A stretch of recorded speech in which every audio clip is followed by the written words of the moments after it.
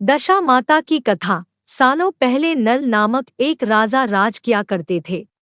उनकी पत्नी का नाम दमयंती था। दोनों अपने दो बेटों के साथ सुखी जीवन जी रहे थे। राजा के शासन में प्रजा भी काफी समृद्ध और सुखी थी। कुछ समय बाद होली दशा का त्योहार आया। दोपहर के समय जब रानी अपने कमरे में आराम कर रही थी, तो एक ब्राह्मण महिला राजमहल आई और रानी से मुलाकात करने की इच्छा जताई। आज्ञा मिलने पर उस ब्राह्मणी को रानी के पास ले जाया गया। रानी के पास पहुंचकर उस महिला ने कहा, हे महारानी, ये दशा डोरी तुम ले लो। इस पर वहां खड़ी दासी भी बोली, हाँ महारानी, आज होली दशा है और आज के दिन विवाहित महिलाएं दशा माता का व्रत करती है। इस व्रत में महिलाएं इसी डोरी की आराधना कर उसे अपने गले में बांधती है। इसे बांधने से घर की सुख शांति बनी रहती है। दासी की इस बात को सुनने के बाद रानी दमयंती ने उस डोरी की पूजा कर उसे अपने गले में बांध लिया। कुछ दिन बीतने के बाद राजा नल ने अपनी पत्नी के गले में उस डोरी को बंधा देखा।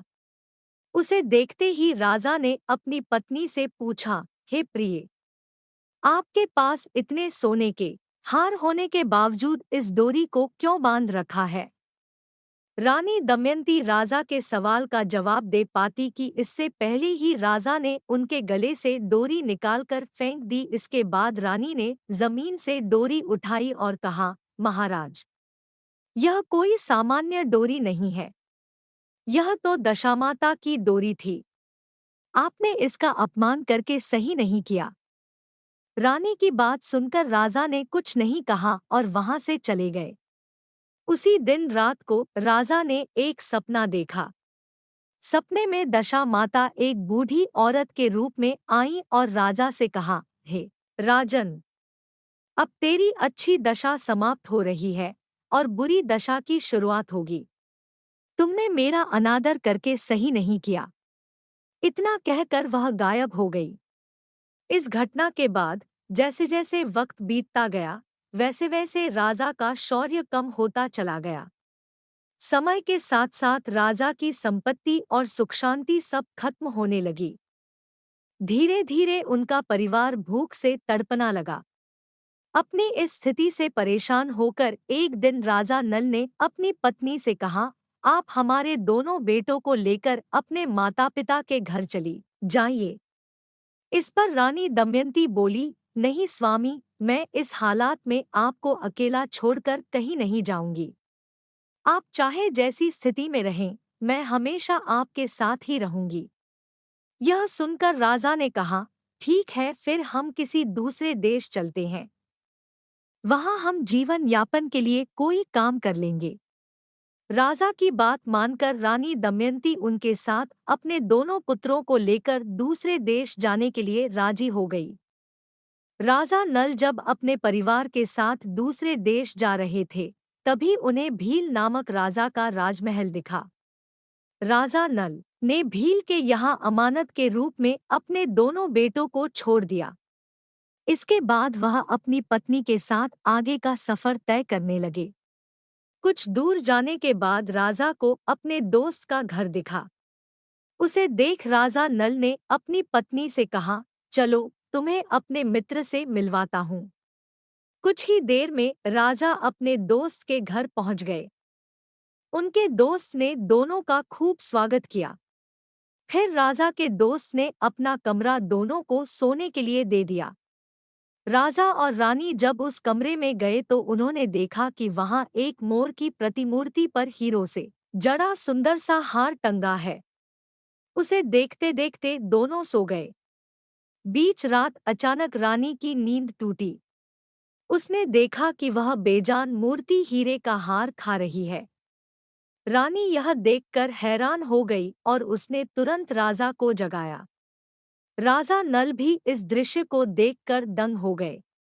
फिर दोनों ने सोचा कि सुबह होने पर अगर दोस्त ने पूछा कि हार कहाँ गया तो क्या जवाब देंगे। इसी सोच के साथ चोरी के इल्जाम के डर से दोनों रात को ही महल छोड़कर चले गए। अगली सुबह राजा का मित्र और उसकी पत्नी उस कमरे में गए। वहां उन्होंने देखा राजा नल और रानी दमयंती नहीं थे। तभी उसकी पत्नी की नजर उस मोर की मूर्ति पर पड़ी। हीरे का हार गायब देखकर वो बोली, आपके मित्र कैसे निकल हीरे का हार लेकर भाग गए। इस पर राजा के दोस्त ने अपनी पत्नी से कहा, नहीं प्रिय, ऐसा नहीं है। मेरा दोस्त कभी भी चोरी नहीं कर सकता। तुम उसे चोर मत कहो। उधर राजा नल और उसकी पत्नी जब वहां से निकले तो कुछ ही दूर चलने के बाद रास्ते में राजा की बहन का घर आया। राजा ने एक दूत से अपने बहन के घर खबर भेजी कि उसके भैया और भाभी वहां आए हैं। राजा की बहन ने दूत से पूछा कि वह दोनों कैसे हैं। इस पर दूत ने बताया, दोनों पैदल चलकर आ रहे और वो बेहद दुखी भी लग रहे हैं। दूत की बात सुनकर बहन अपने साथ खाना लेकर उनसे मिलने पहुंची। अपनी बहन से मिलकर राजा नल ने अपने हिस्से का खाना खा लिया, लेकिन उसकी पत्नी ने अपने खाने को उसी जगह जमीन में दबा दिया। इसके बाद राजा और रानी दोनों वहां से आगे सफर के लिए निकल गए। कुछ दूर जाने के बाद उन्हें एक नदी दिखाई दी। राजा नदी के पास जाकर मछलियों को पकड़ने लगे। कुछ मछलियों को पकड़कर उसने रानी से कहा, आप ये मछलियों भूनिए, मैं आसपास के इलाके से कुछ और व्यवस्था करके आता हूँ। विनती की और अपनी अमानत को वापस मांगा। फिर वह उस जमीन को खोदने लगी जहां उसने जाते समय रोटी और कांदा गाड़ा था। जमीन खोदने पर सोने और चांदी में परिवर्तित रोटी और कांदा निकाला, जिसे रानी ने अपनी ननद को दे दिया।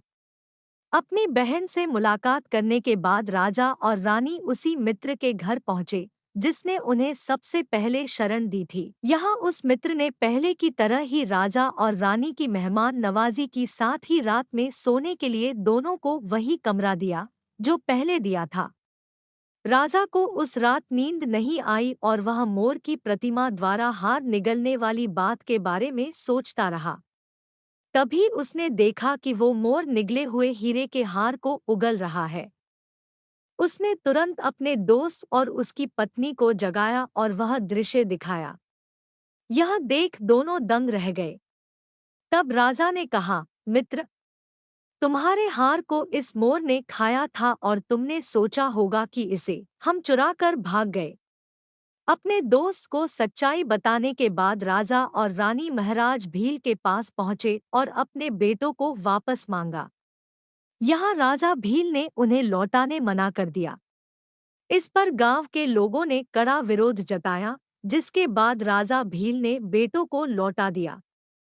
फिर राजा नल और रानी दमयंती अपने बेटों के साथ नगर की ओर लौटने लगे। अपने राज्य पहुंचते ही वहां के लोगों ने धूमधाम से राजा का स्वागत किया। इसके बाद राजा पहले की ही तरह खुशी खुशी अपने परिवार और प्रजा के साथ जीवन व्यतीत करने लगे। कहानी से सीख, हमें कभी भी भगवान का अनादर नहीं करना चाहिए। ऐसा करने पर बुरे परिणाम झेलने पड़ सकते हैं। मित्रों, अगर आपको कहानी अच्छी लगी हो, चैनल को लाइक शेयर सब्सक्राइब जरूर करें। धन्यवाद।